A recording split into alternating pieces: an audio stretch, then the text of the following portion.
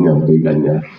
Ya sebenarnya tadi permintaan dari ahli bait tadi yang membawakan tausiah ini adalah tuan guru kita, berhubung tuan guru kita dalam keadaan suluk, beliau tidak dapat hadir untuk malam ini. Juga tadi kalau nggak ada tuan guru, katanya Pak Kua, Ustadz Haji Hasan, Ustadz Haji Hasan pun di luar kota juga. Jadi tinggal kinek-kineknya yang ada di sini. Jadi super tembak. Jadi kesampaian bapak-bapak sedikit. Assalamualaikum warahmatullahi wabarakatuh. Alhamdulillahirabbil alamin. Pertama menjaga puji syukur kepada Allah Subhanahu wa taala. Begitu juga salawat salam kepada junjungan kita Nabi besar Muhammad sallallahu alaihi wasallam. Allahumma shalli ala sayyidina Muhammad wa ala ali sayyidina Muhammad. Sesuai dengan harapan kita, mudah-mudahan kiranya kelak kita semuanya beserta seluruh keluarga kita, para orang-orang tua kita dan anak-anak keturunan kita sampai akhir zaman, mudah-mudahan semuanya kelak termasuk orang-orang yang diutamakan oleh Allah Subhanahu wa taala untuk mendapatkan syafaat dari junjungan kita Nabi besar Muhammad sallallahu alaihi wasallam. Diriwayatkan pada saat itu, pada hari berbangkit nanti, seluruh manusia akan dibangkitkan oleh Allah Subhanahu wa taala dari kuburnya. Seluruh manusia, mulai dari umat Nabi Adam sampai dengan manusia yang terakhir, kelak akan Allah bangkitkan pada hari kiamat, yaitu pada hari berbangkit. Dan semuanya dikumpulkan di padang mahsyar. Seluruh manusia adalah dalam keadaan bertelanjang, bermacam corak manusia besok di padang mahsyar sesuai dengan kelakuannya masing-masing. Diriwayatkan pada saat itu kita itu dibangkitkan semuanya dalam keadaan bertelanjang semuanya, baik laki-laki ataupun perempuan, telanjang semua dibangkitkan dari kubur, dan dalam keadaan haus yang sangat bersangatan dan lapar yang sangat bersangatan.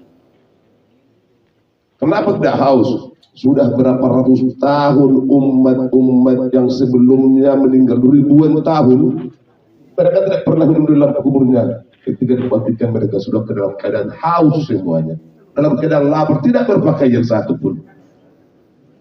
Pada saat itu ada beberapa orang yang mendapatkan pakaian dan minuman. Siapakah itu? Orang yang gemar bersedekah pakaian sewaktu dia hidup. Maka pada saat dibangkitkan nanti Allah akan memberikan ia pakaian. Pada saat itu ada orang-orang yang mendapatkan makan dan minum, yang mana semua manusia dalam keadaan lapar yang bersangatan, dalam keadaan haus yang bersangatan. Tetapi ada sebahagian manusia pada saat itu mendapatkan makan dan minum. Siapakah mereka? Mereka adalah orang-orang yang gemar bersedekah sewaktu masa hidupnya. Janji Allah itu pasti dan pasti akan Allah balas kepada kita semuanya. Artinya tidak rugi kita bersedekah satu gelas aqua. Ketika besok di padang mahsyar Allah memberikan kita satu gelas aqua di saat air tidak ada. Bayangkan Bapak bagaimana manfaatnya satu gelas aqua di saat air tidak ada. Ya kan?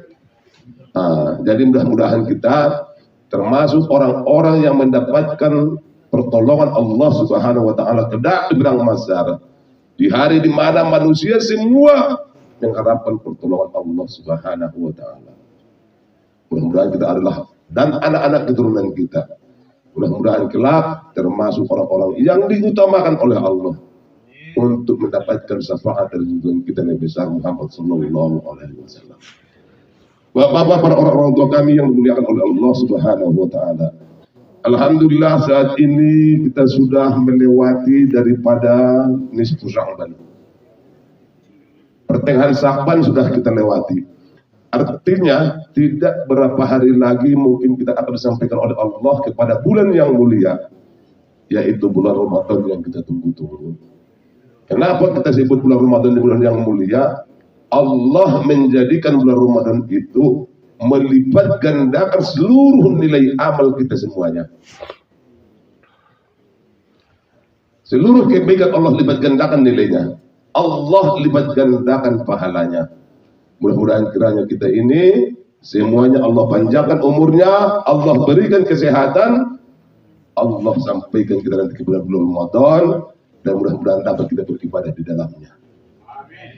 Jadi bapak-bapak, para orang tua kami yang muliakan oleh Allah Subhanahu wa Ta'ala, sebelum kita memasuki bulan Ramadan, di akhir-akhir daripada bulan Sya'ban ini, banyak hal-hal yang harus kita persiapkan untuk memasuki bulan yang penuh dengan kelebihan-kelebihannya. Salah satunya adalah persiapan kesehatan kita. Kita persiapkan kesehatan kita, jaga kesehatan agar kita dapat beribadah nanti di dalam bulan Ramadan dengan baik. Memang untuk orang sakit itu tidak diwajibkan ia berpuasa, tetapi boleh diqada di hari yang lain. Tetapi kodonya itu tidak senilai dengan ia berpuasa di bulan Ramadan. Karena kodo itu ia laksanakan di luar dari Ramadan. Jadi nilai puasa di bulan Ramadan dengan kodonya di luar Ramadan jauh lebih banyak nilainya yang dipuasakan di bulan Ramadan. Sekalipun untuk orang sakit itu boleh mengqada di luar daripada bulan Ramadan. Baru selanjutnya yang perlu kita persiapkan untuk menyambut daripada bulan Ramadan ini adalah membersihkan hati kita. Payas roh Abang Haji. Jangan gara-gara kalah pilihan awak jadi boncau sama yang satu lagi, sama grup yang satu lagi. Jadi dia menjelang bulan Ramadan ini bersihkan hati. Artinya belum tentu apa yang menjadi pilihan kita itu adalah yang paling benar di mata Allah. Kita ini hanya manusia biasa. Kita memperkirakan seseorang itu, oh ini baik, ini anak ini. Banyak kita lihat faktanya, ketika kita menilai anak itu baik, ternyata besarnya tidak baik. Kenapa? Apa yang terjadi hari ini belum tentu seperti itu akan terjadi besok. Kita tidak akan ada yang terjadi, tidak ada yang tahu apa yang akan terjadi besok hari kepada kita, jangankan kepada orang lain.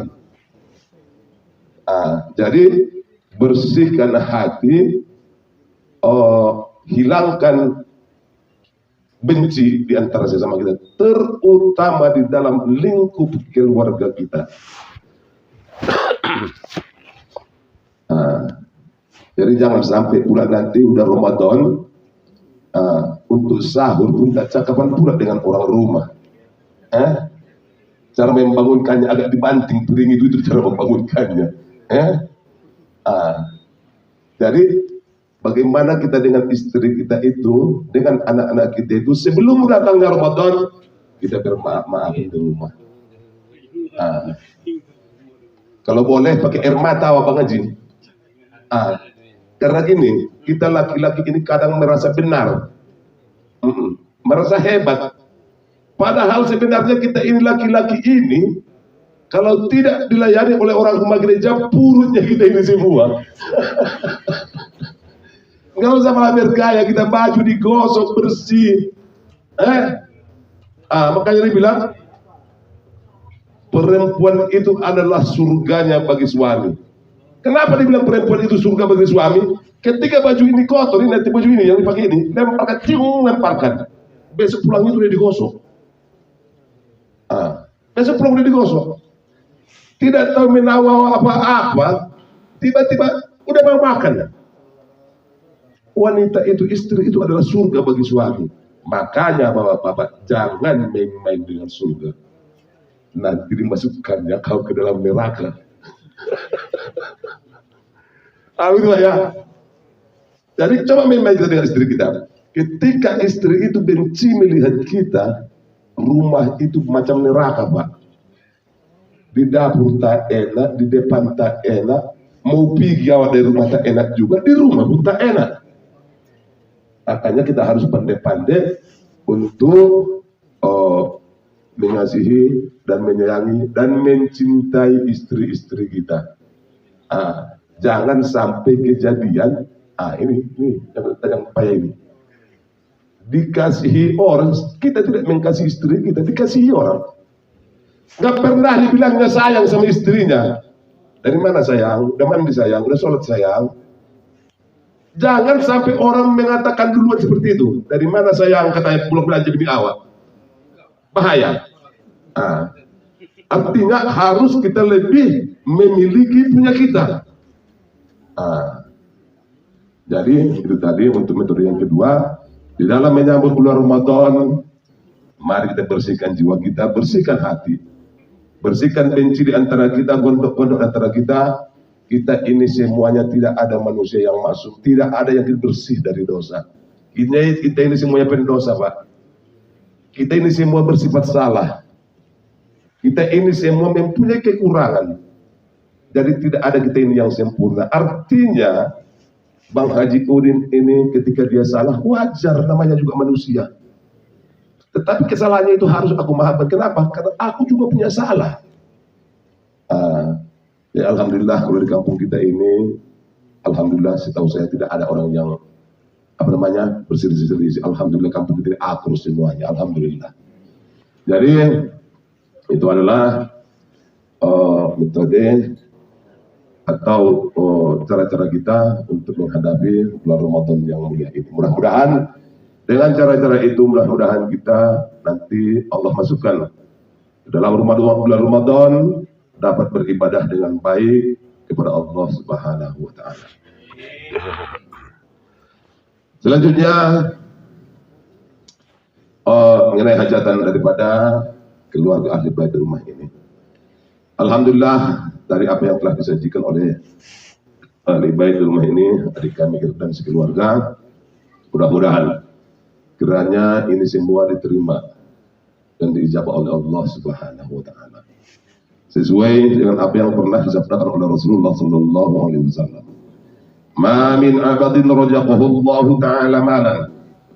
Siapa-siapa di antara hamba-Nya yang Allah berikan dia rezeki, baik itu banyak ataupun sedikit rezekinya, summa barrul walidayhi, kemudian ia menafkahkan harta yang ia dapat itu untuk berbakti kepada kedua orang tuanya, illa ma kana alaihi bil jannah, kelak kata Rasulullah sallallahu alaihi wasallam, orang itu akan beserta di dalam surga, kata Rasulullah sallallahu alaihi wasallam.